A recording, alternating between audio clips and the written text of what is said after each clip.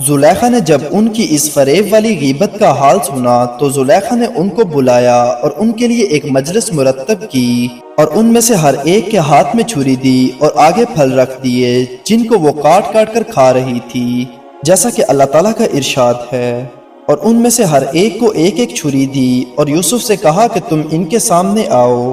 پھر جب عورتوں نے اس کو دیکھا تو وہ دنگ رہ گئی اور انہوں نے اپنے ہاتھ کاٹ ڈالے اور انہوں نے کہا ہاشا اللہ، اللہ کی پناہ، یہ آدمی نہیں، یہ تو بزرگ فرشتہ ہے۔ عورتوں نے فریب کر کے حضرت یوسف علیہ السلام کا جمال دیکھنا چاہا تھا اور حضرت یوسف علیہ السلام کمرے سے باہر نکلے تو سب نے بجائے پھل کاٹنے کے اپنے ہاتھ کاٹ لیے۔ کمرے سے نکلتے ہی عورتوں کی نگاہ جب آپ علیہ السلام کے چہرے مبارک پر پڑی تو حیرت زدہ رہ گئی۔ پھر ان تیز چھریوں اور چاقوؤں سے اپنی اپنی انگلیاں کاٹ لی۔ دعوت تو پہلے ہو چکی تھی، یہ تو صرف پھل کھا رہی تھی۔ پھر زلیخا نے حضرت یوسف علیہ السلام سے کہا چلے جاؤ۔ حضرت یوسف علیہ السلام واپس کمرے میں تشریف لے گئے۔ پھر زلیخا نے کہا دیکھا تم تو ایک دفعہ یوسف کے جمال کو برداشت نہ کر سکی، پھر بتلاؤ میرا کیا ہوگا۔ عورتوں نے زلیخا سے معذرت چاہی اور اپنی غلطی کی معافی مانگی۔ حدیث میں ہے کہ شب معراج میں تیسرے آسمان پر حضرت محمد صلی اللہ علیہ وسلم کی حضرت یوسف علیہ السلام سے ملاقات ہوئی جن کو آدھا حسن دیا گیا تھا، اور ایک روایت میں ہے کہ حضرت یوسف علیہ السلام کو ان کی والدہ کا آدھا حسن دیا گیا تھا، اور ایک روایت میں ہے کہ حسن کے 3 حصے کیے گئے، پھر تمام لوگوں میں 2 حصے تقسیم کیے گئے اور ایک حصہ حضرت یوسف علیہ السلام کو اور ان کی والدہ کو دیا گیا۔ یہ بھی روایت ہے کہ حسن کے 2 حصے کیے گئے، ایک حصہ حضرت یوسف علیہ السلام اور ایک ان کی والدہ کو دیا گیا، اور حسن کا ایک حصہ پوری دنیا میں تقسیم کیا گیا۔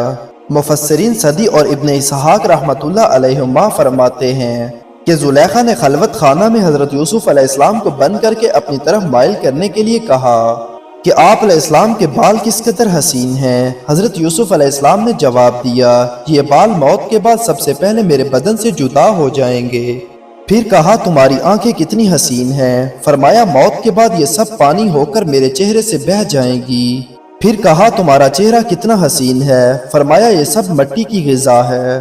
پروردگار عالم نے حضرت یوسف علیہ السلام پر آخرت کی فکر نوجوانی کے عالم میں مسلط کر دی تھی۔ یہ وہ چیز ہے جس کے ساتھ انسان ہر جگہ محفوظ رہ سکتا ہے۔ آخر حضرت یوسف علیہ السلام اپنی جان چھڑانے کے لیے دروازے کی طرف بھاگے تو پیچھے سے زلیخا بھی دوڑی اور ان کا کرتا پیچھے سے پکڑ کر پھاڑ ڈالا، جیسا کہ ہم بیان کر چکے ہیں۔ آخر حضرت یوسف علیہ السلام کی پاک دامنی کی مختلف نشانیاں دیکھ کر عزیز مصر کو پورا یقین ہو گیا، مگر عوام میں چرچا ہو گیا تھا۔ اس کو قطع کرنے کی ایک یہی مصلحت سمجھی کہ کچھ عرصے کے لیے حضرت یوسف علیہ السلام کو قید میں رکھا جائے۔ حضرت یوسف علیہ السلام کے ساتھ انہی دنوں میں 2 ملزمان جیل میں داخل ہوئے، جن میں سے ایک ساقی اور دوسرا روٹیاں پکانے والا، جسے ہم باورچی کے نام سے جانتے ہیں۔ ان دونوں پر بادشاہ کو زہر دینے کا الزام تھا۔ ادھر حضرت یوسف علیہ السلام بھی جیل میں داخل ہوئے۔ تورات میں ہے کہ حضرت یوسف علیہ السلام اپنے علمی اور عملی جوہر کی وجہ سے قید خانے میں بھی نہ چھپ سکے، اور قید خانے کا دروغہ آپ علیہ السلام کے حلقہ احباب میں داخل ہو گیا اور جیل کے تمام انتظام اور انصرام آپ علیہ السلام کے سپرد کر دیے۔ آپ علیہ السلام قید خانے کے بالکل مختار تھے، اور اللہ تعالیٰ نے وہاں بھی آپ علیہ السلام کو تمام کاموں میں اقبال مند کیا تھا۔ ان 2 قیدیوں کے بارے میں اللہ تعالیٰ کا ارشاد ہے، اور قید خانے میں اس کے ساتھ 2 اور نوجوان داخل ہوئے۔ ان میں سے ایک نے ایک روز کہا کہ میں خواب میں دیکھتا ہوں کہ میں شراب نچوڑ رہا ہوں، اور دوسرے نے کہا کہ میں خواب میں دیکھتا ہوں اپنے سر پر روٹیاں اٹھائے ہوئے ہوں جس میں سے چڑیاں کھا رہی ہیں، ہم کو اس کی تعبیر بتاؤ، ہم دیکھتے ہیں کہ تم نیک لوگوں میں سے ہو۔ ساقی نے کہا کہ میں نے ایک انگور کا درخت دیکھا ہے، اس کی 3 شاخیں نکلی، پھر پھل پھول لگے، پھر گچھوں میں انگور پکے، اور بادشاہ کا پیالہ میرے ہاتھ میں تھا، میں نے انگور نچوڑ کر بادشاہ کے ہاتھ میں دے دیا۔ دوسرے قیدی نے کہا میرے سر پر 3 ٹوکرے روٹیوں کے ہیں، اور اوپر والے ٹوکرے سے پرندے کھا رہے ہیں۔ ان دونوں قیدیوں کو بادشاہ کو زہر دینے کے الزام میں گرفتار کیا گیا تھا۔ حضرت یوسف علیہ السلام کی نیکیوں کی خوبیاں جیل میں بھی مشہور ہونے لگی۔ کثرت سے عبادت اور خدا ترسی، علم و عمل، حسن سلوک وغیرہ کی وجہ سے جیل میں مشہور ہو گئے تھے۔ قیدیوں کی دلجوئی اور تیمارداری کی بنا پر یہ دونوں شاہی ملازم حضرت یوسف علیہ السلام سے بہت محبت کرتے تھے۔ حضرت یوسف علیہ السلام نے دونوں قیدیوں کو تسکین دیتے ہوئے کہا کہ میں تمہارے خواب کی تعبیر جانتا ہوں۔ فرمایا جو کھانا تمہیں دیا جاتا ہے اس سے پہلے تم کو تعبیر بتا دوں گا۔ حضرت یوسف علیہ السلام اور قیدیوں کے واقعے کو اللہ تعالیٰ نے قرآن مجید میں یوں بیان کیا ہے۔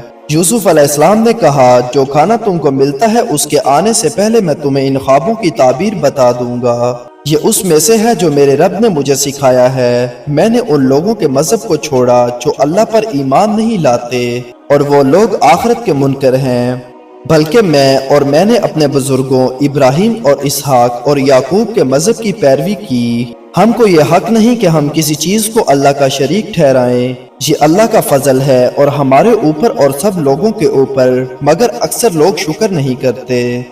اور حضرت یوسف علیہ السلام نے کہا کہ میں نے خدا کے سچے پیغمبروں کے سچے دین کو مانا ہے اور اس کی تابعداری کرتا ہوں، اور خود میرے باپ دادے رسول تھے، حضرت ابراہیم اور اسحاق اور یعقوب علیہ السلام، اور جو راہ راست پر رہے اور خدا کے رسولوں کی اتباع کو لازم پکڑے تو اللہ اس کے دل کو پرنور کر دیتا ہے اور اس کے سینے کو معمور کر دیا جاتا ہے۔ حضرت یوسف علیہ السلام نے فرمایا اے قید خانے کے رفیقو، ذرا سوچا تو کرو کہ عبادت کے لیے متفرق معبود اچھے ہیں یا صرف ایک جو برحق ہو اور جو سب سے زیادہ زبردست اور وہ اچھا ہو؟ تم تو خدا کو چھوڑ کر صرف چند بے حقیقت ناموں کی عبادت کرتے ہو جن کو تم نے اور تمہارے باپ دادوں نے خود معبود بنا لیا ہے۔ اللہ تعالیٰ نے تو ان کے معبود ہونے کی کوئی عقلی یا نقلی دلیل نہیں دی، اور سب حکم تو خدا ہی کا ہے۔ اسی نے یہ حکم دیا ہے کہ اس کے علاوہ کسی کی عبادت نہ کرو۔